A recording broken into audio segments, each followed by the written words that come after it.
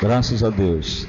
Igreja, nós vamos então ler a palavra do Senhor. O texto que vamos ler hoje se encontra na segunda carta do apóstolo Pedro, capítulo 3, onde vamos ler, continuando esta ministração sobre os sinais da volta de Cristo e também preparando para a Santa Ceia do Senhor. Segunda carta do apóstolo Pedro, capítulo 3, do verso 1 ao 13, a vinda do nosso Senhor Jesus. Vamos então ler esta passagem.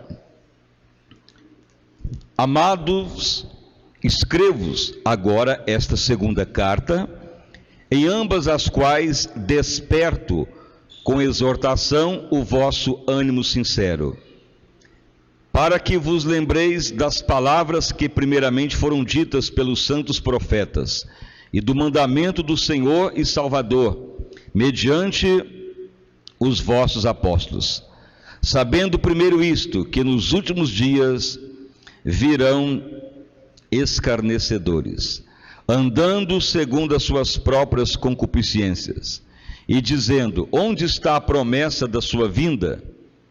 Porque desde que os pais dormiram, todas as coisas permanecem como desde o princípio da criação.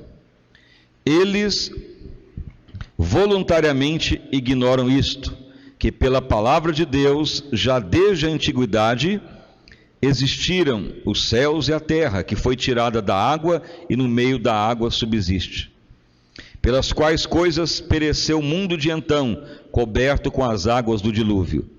Mas o céu e a terra que agora existem, pela mesma palavra se reservam como tesouro, e se guardam para o fogo, até o dia do juízo, e da perdição dos homens ímpios. Mas, amados, não ignoreis uma coisa, que um dia para o Senhor é como 1000 anos, e 1000 anos como um dia. O Senhor não retarda a sua promessa, ainda que alguns a tenha por tardia, mas é longânimo para convosco, não querendo que alguns se percam, senão que todos venham a arrepender-se. Mas o dia do Senhor virá como ladrão de noite, no qual os céus passarão com grande estrondo, e os elementos ardendo se desfarão, e a terra e as obras que nela há se queimarão. Havendo, pois, de perecer todas essas coisas, que pessoas vos convém ser em santo trato e piedade, aguardando e apressando-vos para a vinda do dia de Deus, em que o céu em fogo se desfarão, e os elementos ardendo se fundirão. Mas nós, segundo a sua promessa, aguardamos novos céus e nova terra, em que habita a justiça. Mais palmas para louvar o santo nome do nosso Salvador Jesus. Graças a Deus. Podemos assentar. Irmãos e irmãs, então hoje estamos em mais uma ministração sobre aperfeiçoando-se para o dia do Senhor. E a Bíblia então mostra que o apóstolo Pedro também foi um homem que Deus usou para ministrar sobre a vinda do nosso Salvador Jesus.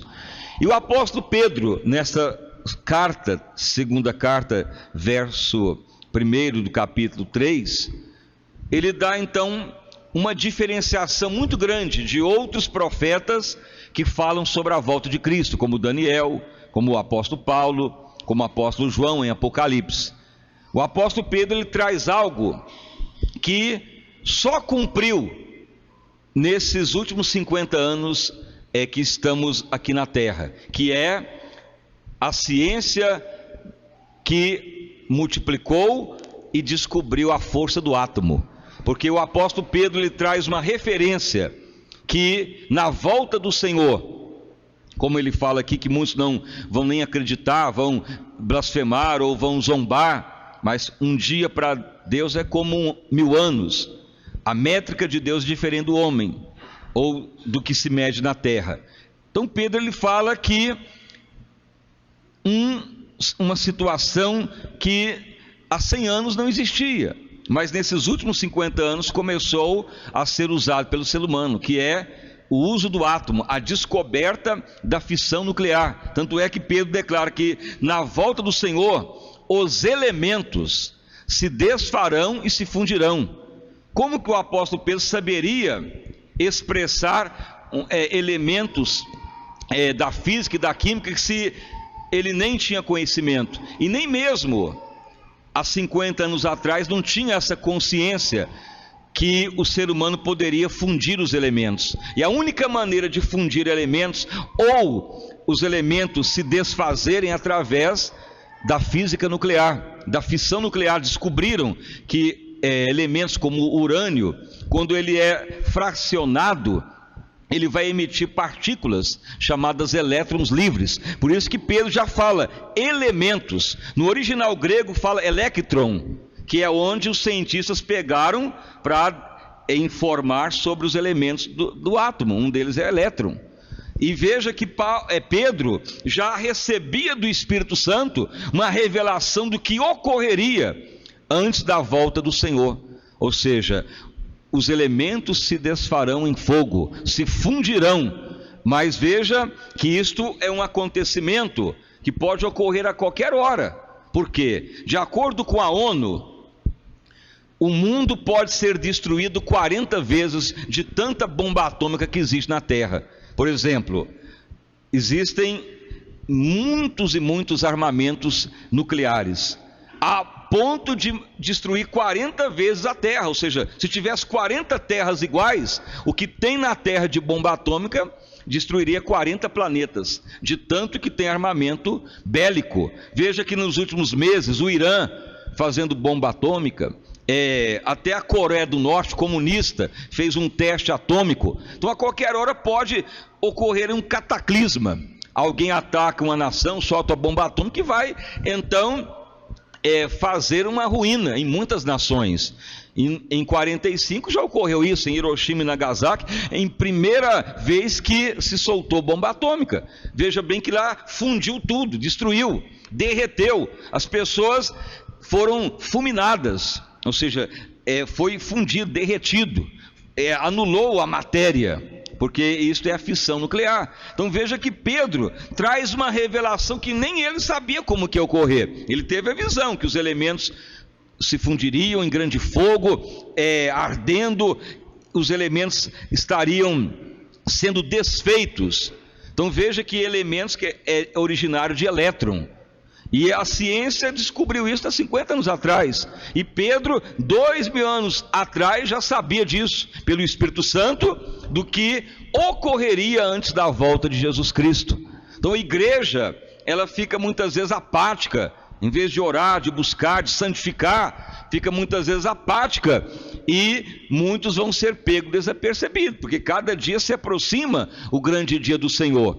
Então Pedro dá alguns pontos básicos, ou seja, viver cada dia como o último, esperando todo dia a volta do Senhor, porque o mundo vai debochar, o mundo não vai dar vazão e importância à volta de Cristo. Muitos vão falar, não, isso aí já fala há muitos anos, não ocorre nunca. Mas um ano para Deus pode ser como 1000 anos, 1000 anos como um dia. Ou seja, a métrica de Deus é diferente. E veja que o apóstolo Pedro então declara uma informação muito importante para a igreja. Como deve então viver o cristão? Em santo trato e em piedade.